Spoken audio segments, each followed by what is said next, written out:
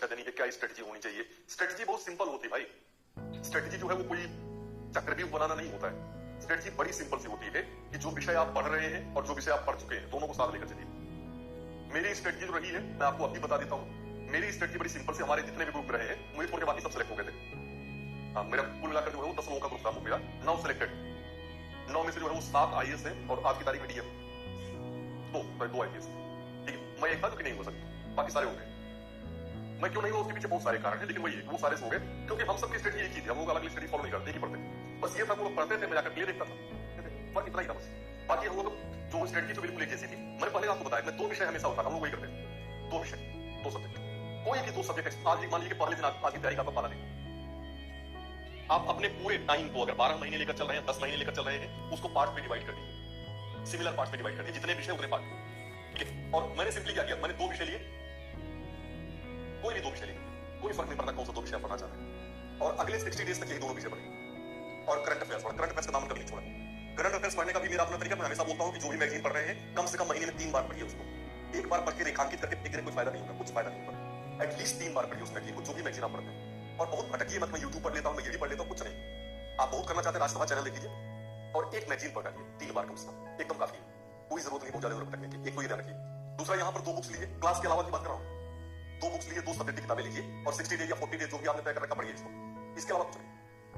60 days जब बीत जाते हैं तो सेकंड पार्ट आते हैं, हम 3 और 4 बुक आते हैं,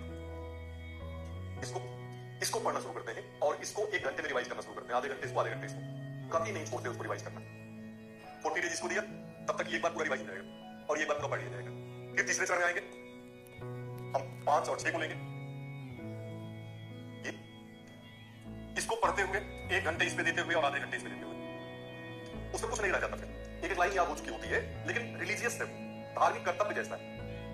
सुबह उठकर भगवान को प्रणाम करना या बैठकर नमाज पढ़ना वो धार्मिक कर्तव्य जैसा है, क्यों करना ही करना है, फर्ज है। भले एक लाइन मुझे याद है, कोई फर्क नहीं पड़ता। आप तो सोते में पढ़ लिए, आधे घंटे भी करके बैठना, 15 मिनट इसको, 15 मिनट 1 घंटा इसको और इसको। आप अपने हिसाब से टाइम मैनेज करिए और कुल मिलाकर जो है वो 4 बनाएंगे, बस इससे ज्यादा नहीं, 8 सबसे ज्यादा होंगे। जब तक ये खत्म होगा ना, कुल मिलाकर आप देखेंगे कि आप जो है 8 महीने के अंदर जो है वो इसको 2 बार रिवाइज कर चुके होंगे, इसको 1 बार रिवाइज कर चुके होंगे, यहाँ पर 1 बार पढ़ चुके होंगे और यह रिवीजन के चरण में कुछ नहीं बस करने। इसको ध्यान रखिएगा। तो ये एक और बहुत ज्यादा भागा दौड़ी नहीं होती, 6 से 7 घंटे मैक्सिमम, ज्यादा की जरूरत नहीं पड़ती। हम लोग बहुत ज्यादा खेलते थे, घूमते थे, बहुत सारा काम करते थे और कुछ भी होती है कि मैं सेलेक्ट नहीं हुआ, वही अलग बात है। 3 बार इंटरव्यू दिया, उनको मामूली बात पड़ी। वो आदमी जिसको पता नहीं था कि सिविल सर्विस होता क्या है देने के पहले, आप लोग तो बहुत प्रिपेयर्ड है। मुझे तो ये भी नहीं पता, आपको कम से कम ये तो पता है सिविल सर्विस 3 एग्जाम होते हैं, कितने पेपर होते हैं, आपको ये तो पता है, मुझे भी नहीं पता। उसके बाद मैंने आके किया था, करके दिखाया। तो ठीक है, सिलेक्शन का अलग मुद्दा होता है। शायद मैं प्रोविंशियल में जाता तो सिलेक्ट हो जाता, मैं गया ही नहीं। अपने जीवन प्रोविंशियल सिविल सर्विस मैंने 1 बार दी थी, वो भी शर्त लगाने पर, क्योंकि गलती मुझे नहीं करना चाहिए था। 2018 में मैंने दिया था लास्ट में यूपीपीसी से।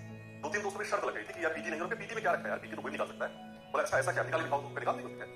पीटी की एक स्ट्रेटजी होती है बस, और स्ट्रेटजी यही जो बता रहा हूं, कोई स्ट्रेटजी, कोई खास नहीं, कोई रॉकेट साइंस नहीं है, कोई क्वांटम मैकेनिक्स नहीं है, सिंपल डी